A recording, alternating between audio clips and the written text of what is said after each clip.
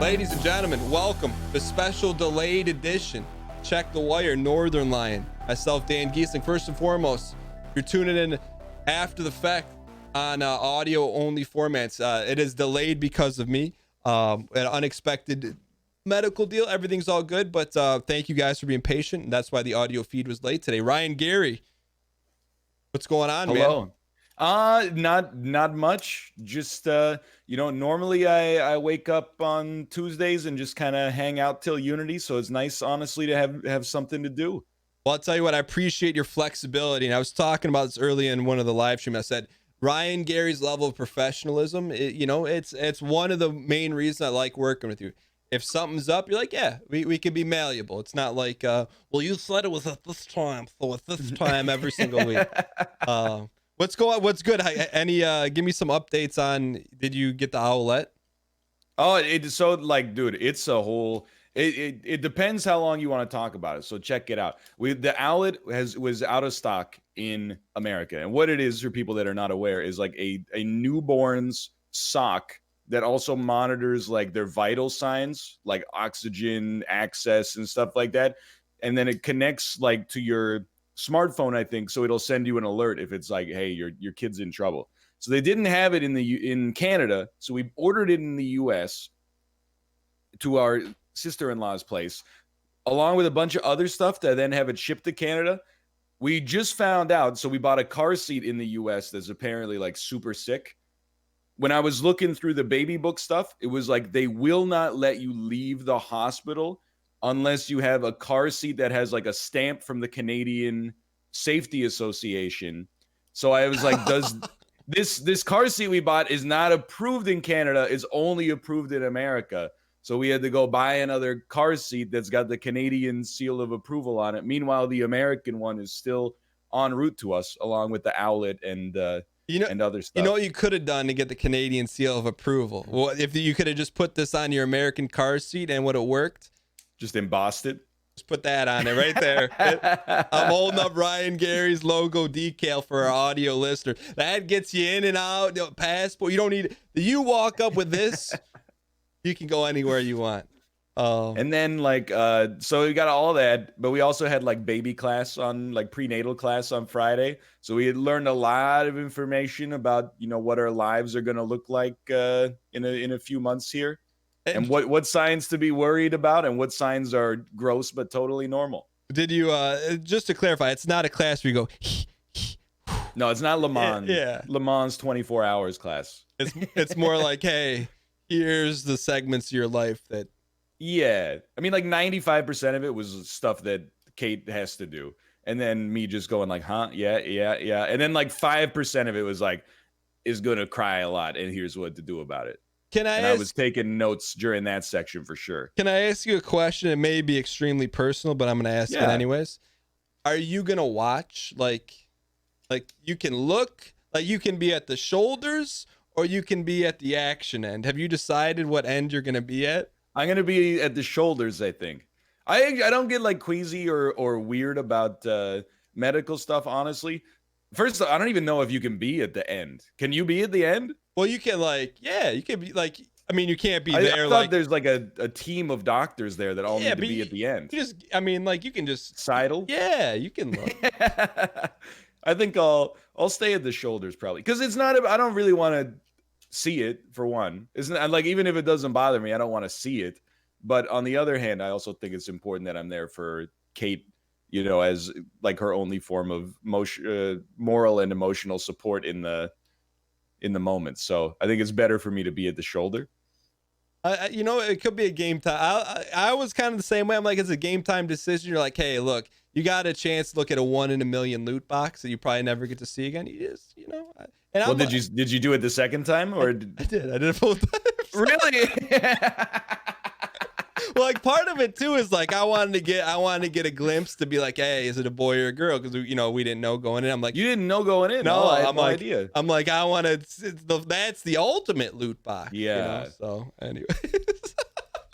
Man, that's wild. We've known since like I don't know, since like February. Yeah. Since like a month, 6 weeks in, I think. Yeah, I think that there's two sides. It's a personal choice. Yeah, two sides of the coin. One is you can prepare better for it if you know, and the other side it's like, hey, You know, it's Yeah. life's How did ultimate you loot box. know what color to paint the nursery? Gray, yellow. There you go. You No, know. there you go. But anyway, so from life's loot boxes biologically to to W's and L's. I Yeah. know you got to have some hard W's. I know I've been peeping your YouTube channel. It's been good. I mean, I think we all, you, Malf, and I kind of have a similar dub, whether it's the one you choose for this week. Who would have thought Trackmania Golden Goblet, the views are like through the roof. What do you attribute that to? Like, I honestly have, I have loved racing games my whole life. I've played thousands of hours of every kind of racing game you could think of. Most of the time when you play them on Twitch, people snooze it and they're like, it's kind of boring to see you just going down the same track over and over, trying to shave 1/10 of a second off here. But something about, I think it's the fact that the tracks are super short. So it's only like a minute at a time, or even like 10 seconds at a time. And then like that combined with like constantly getting better is I don't know. I think people enjoy watching it, I guess. and for context, and I don't bring this up to bring up an L for you, but I know you were super into F1. Like you had the wheel, and like I could tell like you were into it, and it was like you as someone who creates content, you could like love something and be into it. But at the end of the day, if there's no one around, you know, what is an F1 famous circuit? If no one's in the stands cheering you on, if no one's at Monaco, then what's the point? Because you used to stream that, like one of these deals, right? Yeah, and I mean, I think that's one of those things that's fun, but most people don't like watching it too much. I also think it's partly because like F1 is, you know, it's more of like a European. Well, I mean, I think it's like a worldwide sport, but it's not really that well liked in North America, which is where the bulk of our audiences are. And then combined with that, it really is like Trackmania. You're doing loop the loops and like it's really accessible. You barely touch the brakes. In F1, it's really like you're a robot trying to get the best possible line. You know, the more sim heavy that you play it, the more people get into it, I think. But I don't know. Like I was talking to Jay about it because he was like, people really like watching Trackmania for him too. And I was like, if you find the racing game people enjoy watching, you got to milk it for everything it's got because it only comes around like once a decade. Well, that's not like with Trackmania. The only thing I've ever felt like this, like YouTube wise, and it's been a long time, is Cuphead. Like Cuphead, I put out and it like did really well right off the rip. And Trackmania, I don't know if it's like because it's a free to play game, if it's because of what you said. And that's the thing I think about that's always interesting to talk about is you can like plan and like try to strategize all these things, and you're like, hey, let's try Trackmania for Golden Goblet. Like, yeah, okay, but no one has any expectations that it's gonna hog through the roof, and when it does, you know, it's good eats. I was hesitant to even bring it up because I thought that it might be kind of a snooze. I was pretty confident in week one that I was going to do really well because I played more of it than anybody else. But then, like, secondarily, I was like, man, these guys are going to, maybe not openly, but they're going to be a little resentful that I suggested a game that nobody wants to watch just so I could get 6 golds. But then, like, so I was like, man, the Trackmania videos are doing well. And then when I saw Malf tweet about it, I was like, man, the Trackmania videos literally get like 20 to 30 times more views than his Twitch VODs that he exports, which is just insane. Yeah, and it's fun. The thing is fun too. Like I don't really like racing games, like traditional racing games. Like I like Mario Kart, but like this is just it's fun. Like it's fun. It's easy content to make. Credit to you with the 15-minute timer. You know, I love the short, hard-hitting videos. It's good to banter with because like you get into a loop when you're doing the same thing over and over. And that to me, that's the most surprising thing is like people enjoy watching it is like you're literally doing the same thing over and over. But I guess you could say that for a lot of other videos too. I guess that's the tangential win as well. Like it's a really good Golden Goblet for time purposes. Like I've got all 7 videos done already. Because if you get a little block of time in your day, what 7 times 15? You know, you got like 2 hours of recording to do. And it's totally like you get an extra video per day. It's like win. Every day you get a video. People like watching it. The competition is relatively close. And, you know, once you get it done on early in the week, you got the rest of the week to focus on the other stuff that takes more time. So did that, because the Golden Goblet is very manageable this week, did you have you dabbled in any of the creative arts at all in terms of like, I got a shot to play this or try some of this? No, but it's it's only Tuesday. Really, my week opens up a lot usually on like Wednesday and Friday. So we really want to do that Clubhouse Games tier list. I think that could be a lot of fun. And then, I mean, apart from that, I don't really know what else to do, like new project wise. But like Northernlion tries has been a drag just because there's so little coming out. Like one a day is almost impossible at the current situation. Like I'm going into Steam Labs and I'm pulling stuff that came out in like January or September 2019, and even then, like the Steam Labs recommended list is like games like chess Sudoku. And I'm like, I don't know if I really want to play like a chess Sudoku game. And then under that is like, it's a deck builder, but it's borderline pornographic. And I'm like, this not really like a terms of service fit. And like, it's been a little hard, but I'm hoping that we're getting there and we're going to get into a bulk of new releases relatively soon. I know I know I've mentioned it once. I don't know if you follow it or not, but I mentioned the Twitter account once. It's like 6-second Steam trailers. Do you follow that? I follow them. Yeah. To me, that's like, if I had like, I like a bunch, if I see a really good game or like an interesting game I want to check out, I hit the heart button. I got a bunch to go through from the past couple months, but I'm guessing you probably, when you see those, are those games you've already seen that have been served up a couple days ago, or is there some ever? I would say like 4 or 5 times a week, I go through the all new releases tab on Steam and look at literally, I don't click on everything, but you kind of get a vibe, of like red thumbs down. Yes, if you see a tilde or a red thumbs down, you're probably gonna ignore that. If you see there's so many, like the number one thing that annoys me is the meme games, because I'm just like, I wish you would just stop. This is like 500 COVID-19 simulators. Some of them are first person shooters, some of them are like Plague Inc. clones and stuff like that. And then like, Joe Biden marched to the presidency and et cetera, et cetera. And it's just like, to get through that, and the jigsaw puzzles and the match 3 and the stuff like that takes like 90% of the time. Just for context, I know some people are going to say, what is the Steam, the Twitter account Steam 6-second trailers? It's a bot that takes every game released on Steam and shows 6 seconds of the trailer. So that's what it's, because I kind of glossed over that. So for you, I mean, I feel like we've talked about this, but if there's any devs that ever listen to this podcast, the dream is, for me, and you explain the dream on your end, you get an email, it describes what the game is very succinctly in the title. There's a screenshot, a key, and maybe a couple bullet points. To me, that's the dream email, because you don't have to find the game to cover. You can see what it looks like in the email, and you don't have to ask for a code. To me, that is like triple tier. Is yours vary at all? Oh no, that's it. Would you change anything? I mean, it would be awesome if they sponsored you to play it as well.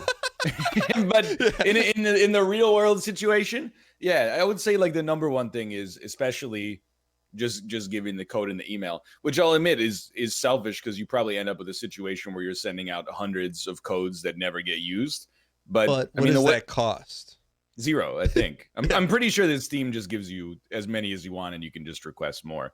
So and I guess there is like because I know that for a while the codes were going to YouTubers, and some YouTubers were flipping them on like what's the name of that? What, G2A and other like Kinguin and stuff like that. So I can see why devs would be concerned about that.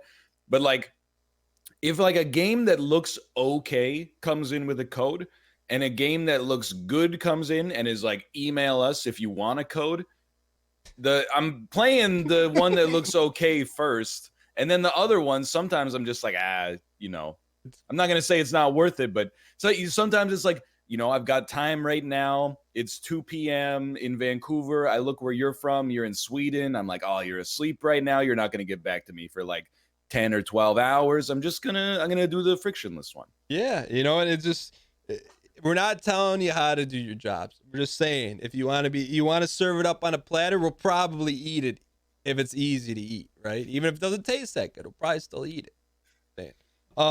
Okay, so good W's this week for you as far as YouTube. Any hard L's? Whoa, we didn't even talk about DP2. Yeah, that's another huge win, I would say. Yeah. So tell us about it. Premonition 2. So Deadly Premonition 1 is one of the most insane games I've ever played. It's very, and I haven't seen Twin Peaks, but I've been told it's heavily inspired by Twin Peaks. For context, it's a mystery action adventure game that came out in 2010 that is incredibly not good on a mechanical level. It's janky, it looks dated, but the writing and where the story goes is like, I think a good way to describe it is like it's a passion project. It is clearly like one man's vision put into the game, and it was remarkable. I can't describe it as good, but also at the same time, it's like a masterpiece. And Deadly Premonition 2, I was worried that like they wouldn't be able to recapture the magic. And also I heard that the frame rate was so bad that it might not even be playable. I got a lot of tweets from people that were like, you're going to tap out like an hour into the stream because of motion sickness. I was pleasantly surprised that the idiosyncratic writing is still there, and it's amazing so far. On a technical level, it's horrible. It looks worse than any new like AA game I've seen in a decade probably, and it runs at a level that I think is actually unacceptable. It literally like single digit frames per second, but still it's great fun to play as long as you like Deadly Premonition 1. Who is the mastermind behind that? It's a guy called Swery65. That's his name? Well, Like, his real name is like Hidetaka Suehiro. Okay. So, but for you, and like we talked about it a little bit before you went live with it. I mean, just a tiny bit, but it's like it's almost like I don't call it like a cult classic in your community, but it's like a staple. Yeah. It's like a pillar. It's like one of those like you were there for Deadly Premonition 1. And it was probably I would say in the fan power rankings, it's like in the top 3 or top 5 series of all time for sure. So the hype level, I mean, did you have any expectations going into it about like the community reaction? I was just hoping that people would be excited enough that the frame rate issues wouldn't like get them down. So I would say as long as people can actually watch the game without throwing up, I think it's going to be a good time. But it's weird because it's kind of like Deadly Premonition 1 is kind of like it's lightning in a bottle. It seems like this sort of game, like when you're playing it, you're like, I have no idea how this got made, how it came to exist, and how I'm playing a Switch port of it like 8 years after it originally came out. So I was worried like Deadly Premonition 2 might be like, you know, they're trying to recapture the magic, but it's going to be hard. But I mean, I'm only 3 hours in so far, but they seem to have done a pretty good job.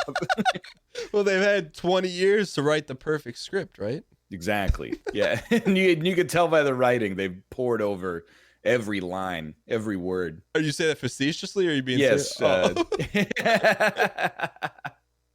right. So any other W's you want to offer up? No, I mean, as usual. I mean, like with last week, it was a pretty like normal routine week, but it was good. You know, it wasn't a lot of singles. It was a lot of like doubles and triples, I would say, this week. Just knocking them out. How about you? Yeah, you know, I'd say the W of the week is without getting too much into it. A close family member, like just like that, had to go in the hospital, and like it was like bang bang, and so you know clearly like I'm pretty dialed in. When the show's live, like I'm on, and I got that news on Monday, and I was like, for the first time ever, like I'm playing Tarkov, and I'm like, I didn't rage, but like I got salted, so I'd cut right to a PSA, and I'm like, this is the first time in the history of the show where I'm like, normally I'll just laugh it off, but I'm like in the middle of the show, I'm like, man, this is the first time where I'm not doing that. And like, it took me a second to like take a step back and realize, well, it had nothing to do with Tarkov, or the fact that I was like, you know, getting one popped and stuff like that. It's the first time, like, you know, I've been pretty fortunate in my life. I haven't had to deal with a lot of like medical issues with family members, but that's the first time I've ever felt it like seep into the show. And so for me, it was like just realizing that was the case, and then also like being okay with the flexibility of it, right? So like the fact that the day was planned where, you know, we had, you know, Tarkov, we had 51 games, and we were supposed to do Check the Wire podcast.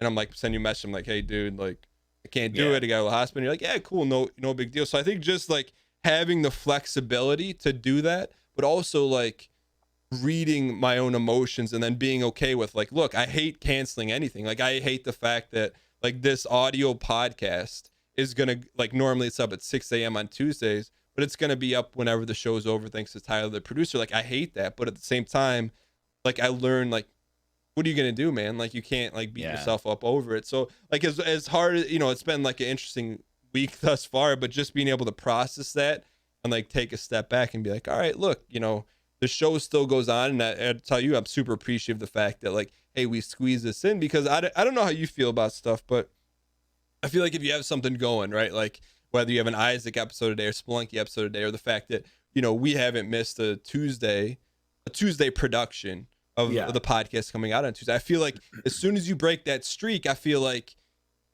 I don't want to say you mess with the goodwill or expectation of the community, but kind of. I mean, how do you feel about streaks? Well, I think that we agree. Even like as a case study yesterday. So I'm trying to finish work by 8, which means I got to stop recording by like 7:30 ish. I was kind of like, I've been grinding yesterday from like 8:30 until 7:30, right? And I was like, I really should get one more Northernlion tries done, so I don't have to record one on Tuesdays that can go up on Wednesday. So I like took a second and like gathered my energy to do one, and then I started recording, and I looked over, and it was like the game didn't have a VSync option, and my webcam was like 2 FPS, and I was just like, can it? But I stopped working for the rest of the night. But I was like, I do hate doing it, because I don't think you want people to check and see if you're doing the things that you said you were going to do. You'd rather just have them be there and know that it's going to be there, and not give them reason to think about it. So I do agree with that. But at the same time, I don't know, like you said, stuff happens. And I think that both you and I have been really good about avoiding burnout, despite working like pretty close to the red line most of the time.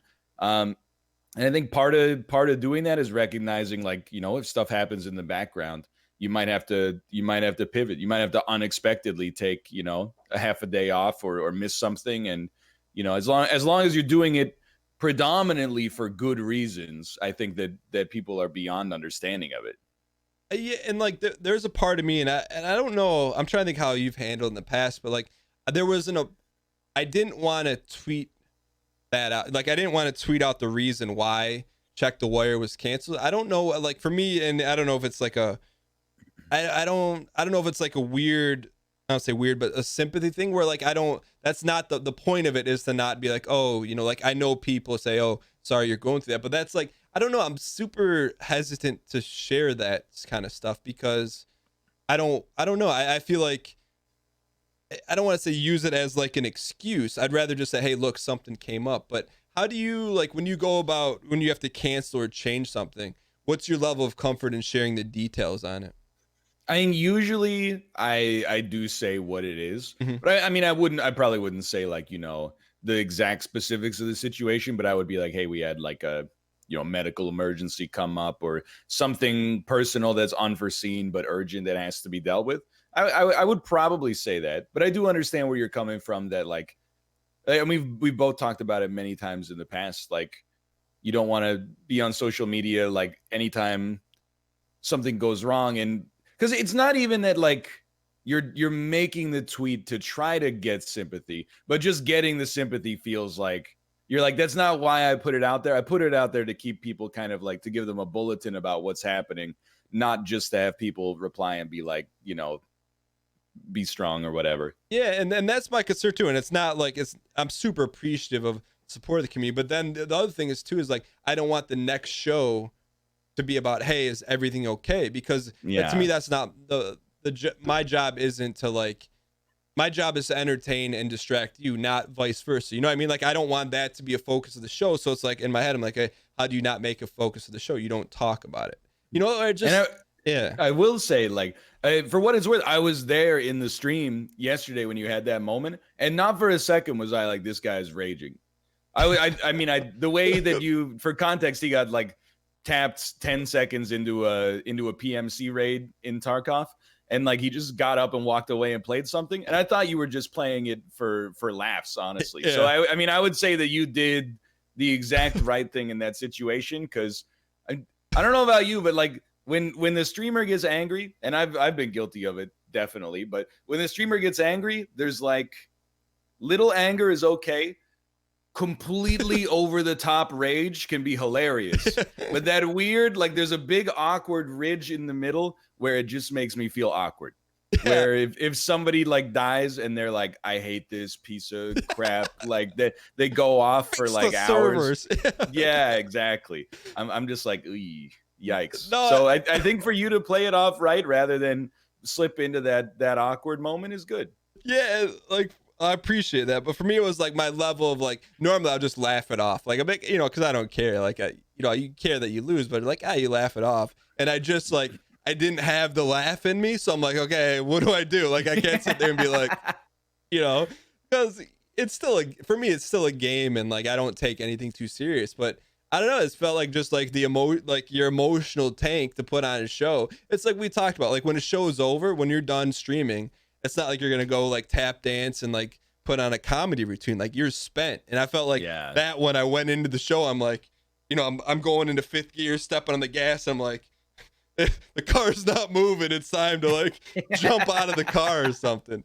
But so so as like as interesting a week as it's been, it was like good to be able to take a step back and be like, all right, look, at least I know now that I have like a fail-safe ripcord and playing like a PSA, of these for people that don't watch the show, like I have like a 30-second almost like edited advertisement describing a function of Tarkov, and it's funny and people like it. So I think, but I'm glad you saw it as like, hey, it was like a comedic, or at least you didn't notice the rage moment of the show. Yeah. So I'd say that was always like, it sounds like an L, it was a W. And then I'll lead with my L. So, and I talked about a little bit on podcasts I do yesterday on Mondays, but one of the two guys that work on the team is leaving. He's a video editor, has done great work over the past almost 2 years, and is leaving. So it's like, no, the first thing for me, I'm super happy, because the way I kind of look at hiring, which I think may lead into another conversation with you, is like it's got to be mutually beneficial, right? So like, if it's working for me, it's not working for you, then that's no good. But it was cool to see. So Zane like started with, like, he had some video experience. He grew, like got a full-time job from this, and is like, hey, like, I don't have as much time anymore.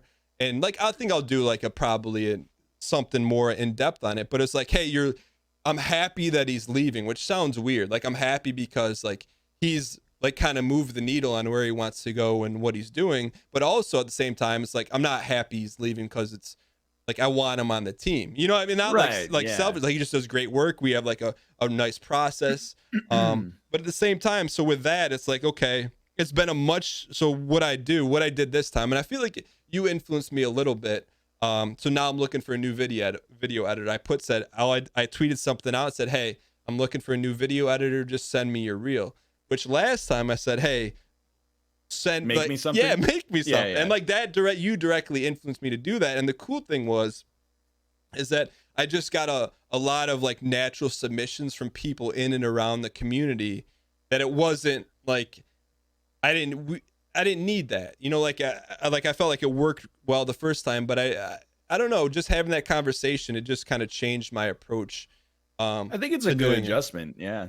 So I don't know. So it's good. It got like, there's a lot of like high quality individuals that have submitted stuff, and so I'm looking forward to kind of like going through that process again. But at the same time, then you have to like retrain everyone. Like, here's the Dropbox, here's the keys to the YouTube engine, and so it's both good and bad. But I think at the heart of it, like, it's not really an L, but I think it's cool to be able to see someone like kind of go through the process, and then just I feel good that he started working with us and then grew and then kind of ended up where he wanted to be. And I'm not saying like I had any hand in that, but I know it helped too. Yeah, I mean, I imagine like you don't really see being a part-time video editor for your YouTube channel as like a long-term career thing. Yeah. So it kind of, like it maybe was mutually beneficial and served its purpose. You're like a high school football team or something like that. You can't keep them around forever, but if they go on to go to something better as a result of the experience, then that's got to feel good. Yeah, and part of it too is like the other way I look at it too is sometimes I hope that some of the players like will come back and like be coaches, if you will. Like if someone I bring on the team, like I would love to have them be around as long as possible. It could be 5-10 years. It could be, the way I look at hiring is as things grow, like I also want things to grow for them. Like I try to, I don't know. I just, to me, it's like, it's not just like boss employee. That's not how I look at it. And I feel like it's worked pretty well. And as we I know this comes up, like, I feel like every couple weeks, like as October's, have you moved any needles? Have you started any conversations? Well, honestly, and this is a question for you because it's very like operational with, I haven't posted a TikTok in like 10 days and there's multiple reasons for it. One of them is that like I'm busy and I'm trying to cut time so I have more free time. And that was an easy place to cut from because it doesn't actually move the needle, like from a financial standpoint. But secondarily, I was like, with all the controversy surrounding it and the chance that it might actually, for a bit, it looked like it was getting banned in the US. Like, I feel like my need for an editor has gone down a little bit, but I'm interested because I haven't even opened the app in like 10 days. Why is that? Why have you not? Is it because of the... And can you give me the TLDR? Like I saw like a page, like 2 screenshots of like, here's everything they're doing. I'm like, all right, take my data. It's basically like, and like from a software engineering standpoint, it's kind of unacceptable, I will admit. But so the app takes permissions from your phone that are well beyond what a social media app should be taking. Like they apparently they fixed it, but they used to have access to whatever data was stored in your clipboard. Like if you copy text or a link or something like that, they have like, I believe, root access to essentially everything on your phone, which is and it's always on, like even when the app is not open, like Valorant's kernel thing. Exactly. Yeah. Now, like that's very unacceptable for sure. Can we talk about why? Because you tell me that and I'm like I'm just be like, I don't care. Yeah. Take my data. What do I care? I mean, there is something in that. There's something to be said about that because, TikTok, because it's owned by a Chinese company, gets maybe a little bit more scrutiny than something like, Google or Facebook that people, at least in the West, are more comfortable with because they're American companies or, British companies or whatever.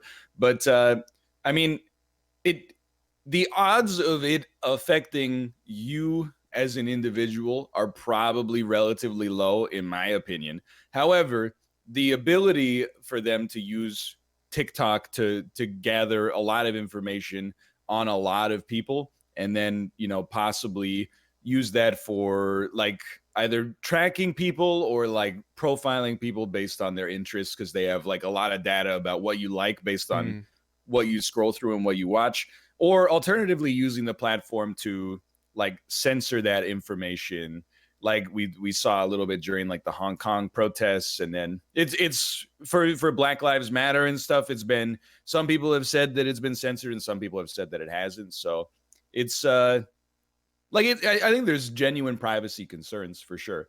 I mean, that's not the reason I haven't opened the app. I've known about that for like essentially the whole time that I've been using it. But now that I'm also like not making videos on it that much, I'm like, I haven't opened the app to see what you've been doing. Yeah. No, so basically you're saying that they, in your knowledge, they fixed it and they haven't done anything with the data, but that doesn't mean that they couldn't. Is that right? I mean, I guess what I'm saying is like that we don't know what. I mean, I'm not the right guy to talk about this for one, but we don't know what they're doing with the data. But really, like in software engineering, if you're not using it for nefarious purposes, you generally try to, from a design standpoint, take the lowest level permissions you have to in order to understand, what's actually, in order for the app to function. So if you have an app that's just like, hey, it's a QR code reader and it says like, we need to use your camera, you're like, absolutely, no problem. If you have an app that's a QR code reader and it's like, we need access to your location data, you're like, no, thank you. Nefarious means like underhanded. Yeah, like, using it for maybe something that's not there's a secret purpose. Yeah, I mean, I'm sure. I think I don't know where we are on the coin in this, but for me, it's like I understand what you're saying. Like for someone like me, if they have my data, like doesn't matter. But maybe like they're not going to send a drone strike to your house or something, I'm sure. But I didn't even think about like higher, like hey, some high profile person's like, hey, look at the dancing dog on TikTok. Oh, we got him. Okay. So, and it's good for me because I'm like, I really had I didn't spend a ton of time thinking about it, but like I had no concept of like, okay, hey, like take my pictures or whatever, like I don't care, but I can see why there's concern about it. Still going to use it though. I was looking at it today. I'm like, there's some good stuff on here, but no, I understand. But I think it's probably, it's probably a topic that, because I think even from the beginning when you and I started posting stuff on there, or at least when you joined, like there was, I know you got some tweets like, hey, what are you doing? Yeah. But anyway, so okay, so you're saying your need for an editor is kind of gone down. It's lower now, but it might change. It's it's an ebb and a flow. And then, and we've talked about too, you're not giving away the keys to the kingdom. You're not going to give someone like a no.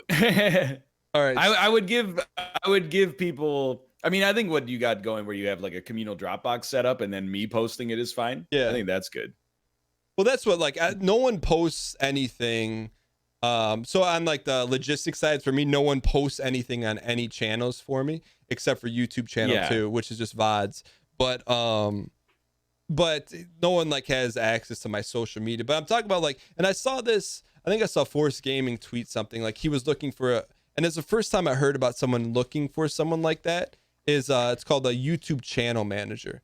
So I think essentially what it is just you upload, they tag, they thumbnail, they do everything, they playlist it. But that's essentially giving over the keys to Egg Industries LLC. I mean, it could be good to have an editor, but honestly, I'm in like a couple of different situations. I'm of two minds about it. Like an editor is cool, and I think that there's a place for that with the kind of content that I make. But also like having somebody that's almost like, and I don't even know if this position exists, but if there was like an optimizer, like somebody whose job is to like they have expertise like knowing how to write video descriptions to rank well in searches and like the value of tags and stuff like that, and also making like clickable thumbnails that people really like to see. That would be something I'd probably be more interested in, but I don't know. I'm still thinking about it. I don't know. Well, we'll see how it goes. Got it. So what's your L of the week? Did you have an L of the week? It was a pretty good week, all things considered. I guess like my L of the week is kind of abstract. I could have relaxed more on my day off. Did you work? Just kind of not at all, no. But I mean, I said my videos, but like I didn't really get up to anything. I just kind of like lounged around. And I think there's an argument for that, which is like your body needed it, like you needed to relax or something. But I was just like, I really like on my day off to kind of get up and do some stuff relatively early, even if it's just taking a walk. But I basically did like nothing at all.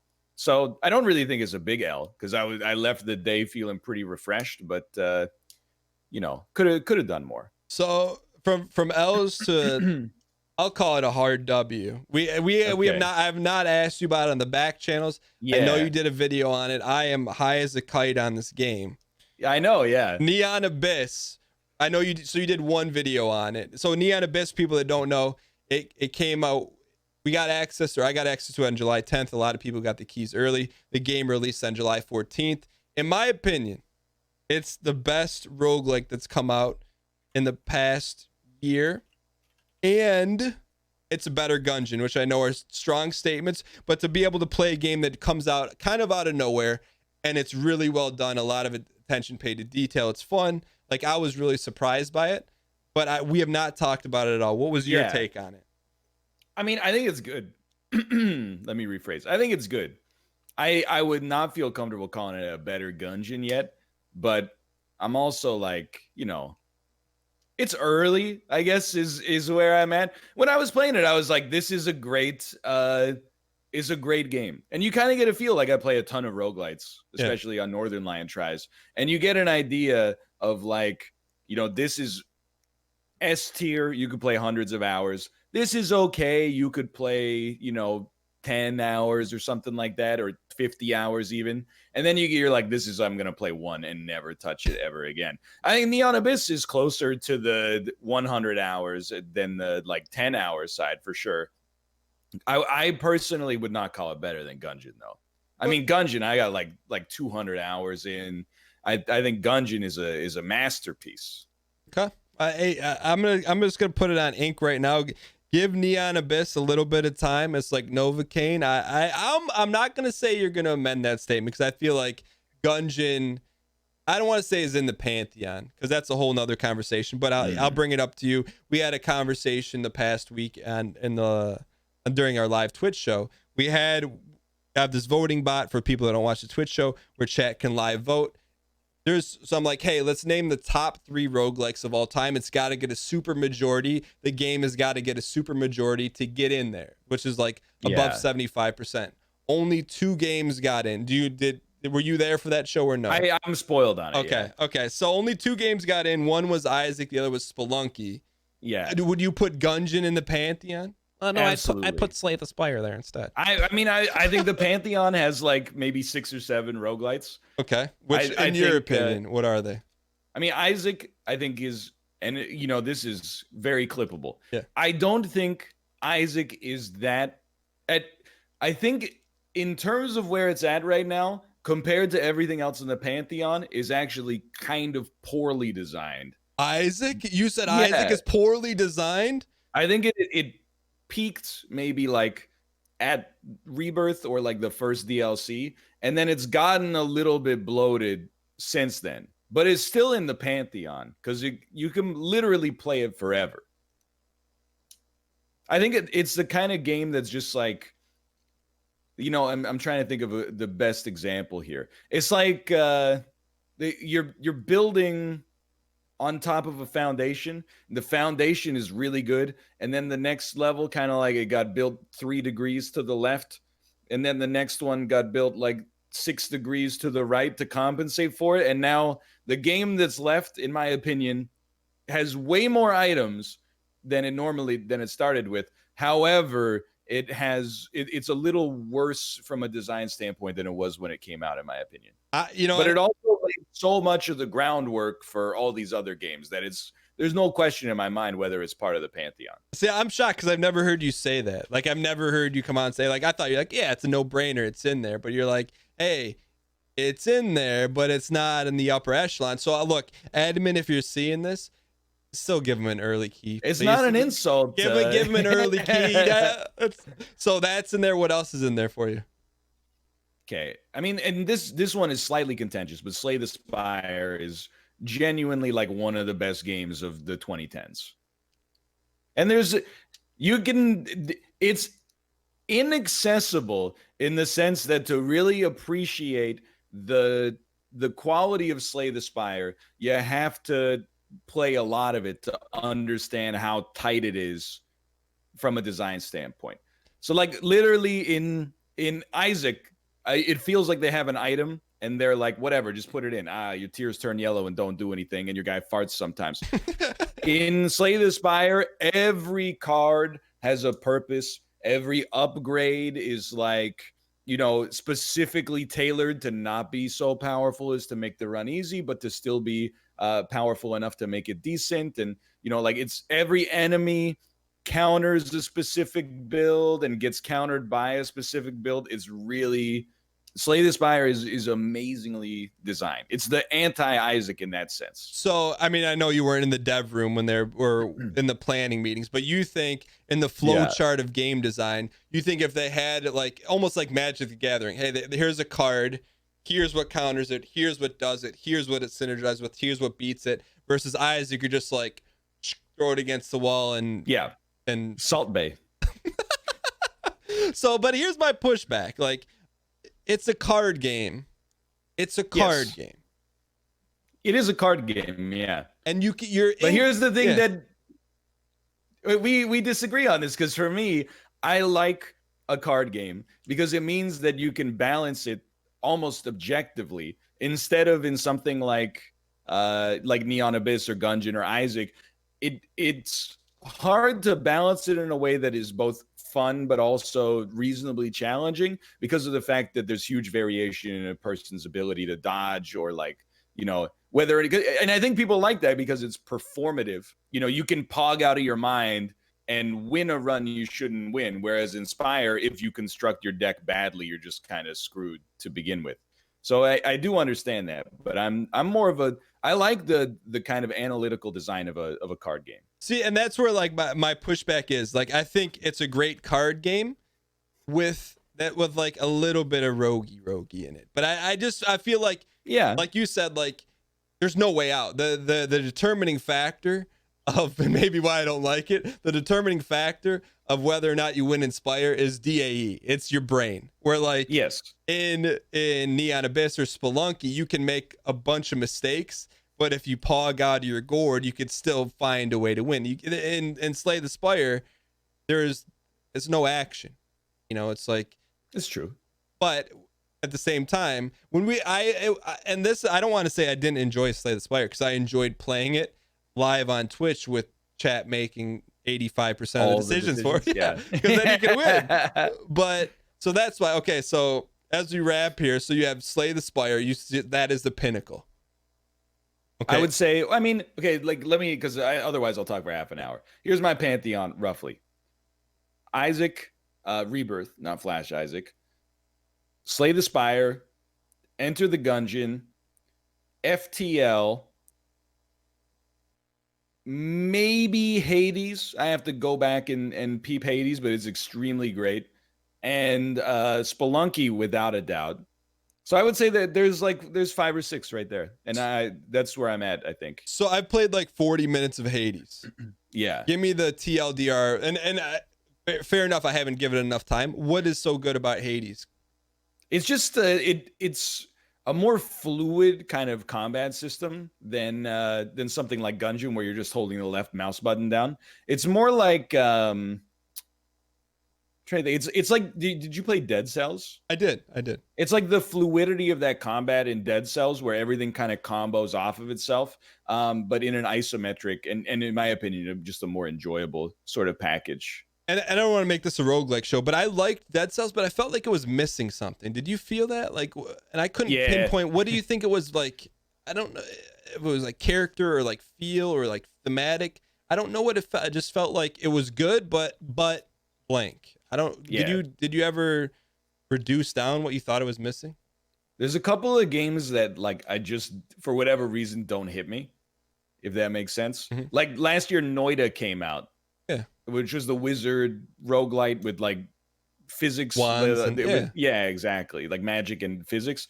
I was like, I played a little bit of it and I was like, I don't get it at all. Like I'm not, and it's not meant to be insulting, because everybody that played it seemed to enjoy it. I didn't think that like they were wrong, but I was like, for whatever reason, it just I don't find it enjoyable to play. And I've played like maybe 50 or 60 hours of Dead Cells, but that's kind of how I feel about Dead Cells. I think the combat's great, but anytime you're playing a roguelite, the best time for enjoyment is before you get good.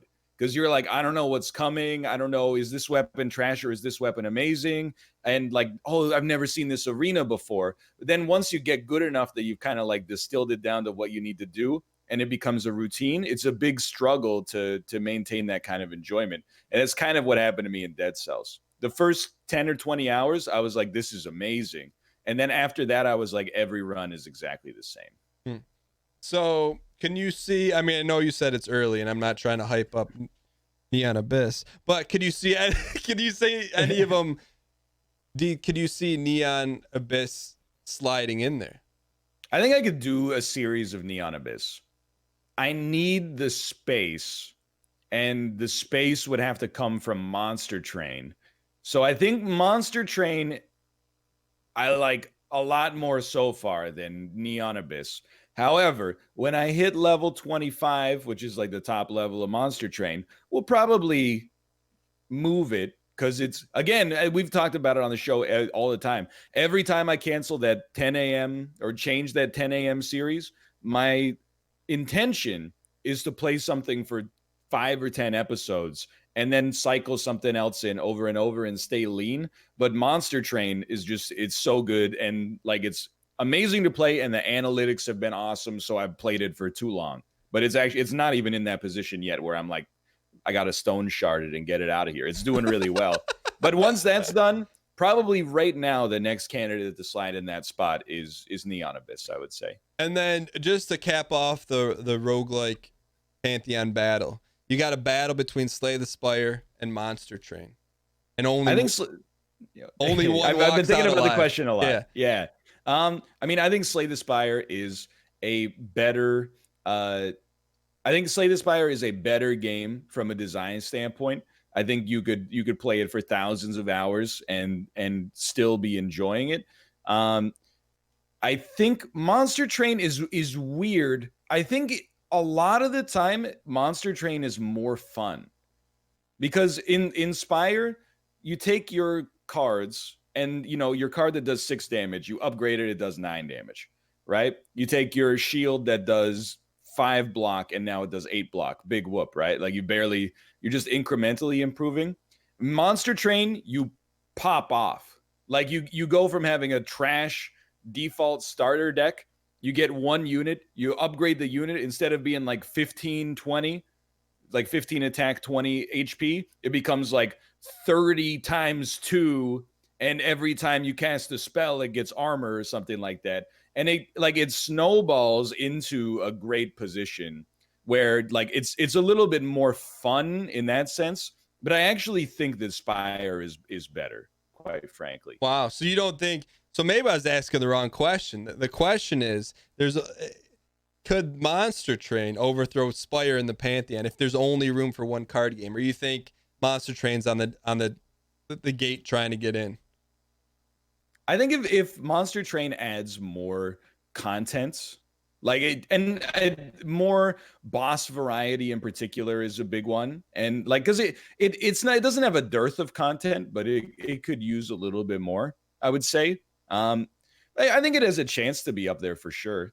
I almost look at it like I'm trying to, there's movies that are like fun, but maybe are like, I kind of look at Monster Train like a Marvel Cinematic Universe movie, if that makes sense. Okay. Like when I'm watching it, I'm like, I'm enjoying this. It's bombastic. They did everything right, but I would never be like, this should win Best Picture or like be in the Criterion Collection. Whereas like with Slay the Spire, I almost enjoy it on a more like intellectual, analytical, mature level, if that makes sense. That's more like, so if you don't English like Patient and Monster Train's Rochelle. Okay. If you don't like Slay the Spire, then Spire is like the worst like Meryl Streep movie you could ever imagine. But if you like it, it's like, a foreign film from the 1970s that film studies students love. Here, let me translate what Ryan just said. Monster Train is like, it's like a Marvel movie. Slay the Spire is a more refined taste for those people that enjoy true superhero movies. Slay the Spire is like The Dark Knight. It stands the test of time. It's Oscar worthy, where the Marvels are just like, get it out of here. I'm not gonna interrupt. Even though I want to, I'm gonna just let it go. All right. With that being said, speaking of letting it go, we are going to take one live Twitch Q&A and one Twitter question, because we're going to hop right into Team Unity after this. All right, first one. This is from Mr. Matchaman live on Twitch. It says, how happy have you two been with the playing through the first installment of a game before the sequel releases? Has it had any effect on the excitement for you and viewers? So I think to distill it, it says, did you get the question? Like, yeah, but okay. I think it's more of a question for you, because it sounds like it's more about Neo, basically. Yeah. So like, does it playing a game before the sequel comes out for me has always been good on two fronts. One, I don't worry about people not watching because they don't want it spoiled. And two, if it goes well, you got meat coming down the line. Be like, hey, this was great. So there's going to be another one that's good. And 3, it also helps too. Like, I firmly believe, I don't think I know I wouldn't enjoy the Souls series as much, 1, 2, 3 Bloodborne, without doing it live on Twitch, because there are moments in the game where, like you said in Dark Souls 2, I got to ring the bell and go talk to Joe at Skokie, Illinois, to get the key to come back and unlock. I wouldn't have gone through that if I was playing that Souls solo. So for me, I really like it. But to answer the question, has it had any effect on excitement for me or viewers? It gets me more excited, and I think it can build excitement in the audience as well, knowing if, like, for example, like Demon Souls went well, even though it's a 100-year-old game, like Demon Souls remake, you can infer is going to go really well. What about on your end? I'm almost like, I don't think I've ever had a great situation with it, but there's been a lot of like cursed ones that are, I don't think it's fair to judge them all. Like, so I played Dishonored before I played Dishonored 2, and I was like, man, I love Dishonored. I think this is a great game, but the viewership was kind of like not really that good, right? So, and I never look at that as like, oh, people, like, I never look at it like I can't play it because people don't watch it. It's more like maybe the content wasn't that good, because people usually, like, the first stream has good viewership, and then over time people stop coming. And if a lot of people stop coming versus the normal, then I'm like, this probably isn't that good of a fit for me. Same with the new, or the Deus Exes that came out a few years ago. Played the first one actually because I played the first one on stream, so I could play the second one after. In the Eidos box, or like the ones from the 2010s. Okay. And I was like, so hey, I never played Human Revolution. I heard it's great, and then I played it, and I was like, I hate playing this on stream. I don't enjoy it at all. Not that the game is bad, but just as a stream game. And then, like, the flip side of that is I played Fallout New Vegas, and it went amazingly. And then Fallout 4 was kind of like, not that good. And then the Outer Worlds, I think, is even worse. So I really just kind of, I've had some bad situations with it, I guess, that, I'm not sure what I could do about it. All right. And last question, which is a perfect lead-in from Twitter. This from Raymond Daly on Twitter. Says, with all the success of Warzone on Team Unity Tuesdays, $1 million question, are BRs the optimal Team Unity Tuesday games? 100%, I think. And moreover, I am just, every time I see someone say like, oh, I'm so sick of BRs, I just roll my eyes. Because yes, there's a few BRs, like a few more AAA BRs come out every single year. Anybody who's like, there's not enough game variety needs to go check Steam, the Epic Store, Microsoft Game Pass. Like, there's like thousands of games coming out every single year. So when people get offended that like Ubisoft releases a battle royale, I'm like, there's infinite games. It's not like what is Ubisoft's battle royale taking away from you? Like an Assassin's Creed isometric cell phone game. I just don't understand why you'd be upset about it. But I also understand this is kind of like a contentious opinion for sure. But for Unity purposes, I think there's been 3 platinum games. PUBG, which was the classic, and even though it's jank as hell now, like, we have to acknowledge the fact we played it for a couple hundred episodes on YouTube where we were pogged up every single week, and then also went back to the well on Twitch a lot. The second one was definitely Minecraft. Oh, I thought you said Divinity. Okay. Minecraft, especially season 1, was amazing. And then the Warzone, I think is by far the best so far, though. I think that it's what we wanted out of the Black Ops 4 battle royale, but like so much better, polished, and like the changes that they've made to make it so when you're done, you don't just have to watch your squad mates for 20 minutes is so good for us. Yeah, I co-sign everything. The only thing I would add to that, I agree with the platinums. The only thing I would add to that is just the communication in Warzone. They took parts of Apex, they took parts of all the BRs and made it as easy as possible for us to not talk about the game except in critical situations, which allows us to have more fun and talk, where it's not like, hey, what does this do? And a lot of that is because, maybe because we have some experience in BRs, but also it's very, to me, in my opinion, it's the best designed battle royale, but it's also had the most case studies to work off of and improve upon. So Raymond, to answer your question, I think BRs are the optimum Team Unity Tuesday games. In particular, you know, like you said, Warzone being the pinnacle, which is a good timing. Because speaking of, we're going hot from the podcast right to Team Unity. But if you've been tuning in live, thank you guys so much for being here. If you listen after the fact on or live audio wise, iTunes, Spotify, SoundCloud, Stitcher, please reviews. Thank you, and please accept my apologies for the lateness. But hopefully you enjoyed the podcast. And with that being said, thank you guys so much. We'll be back live next week, and thank you guys for being here. Later. All right, cool.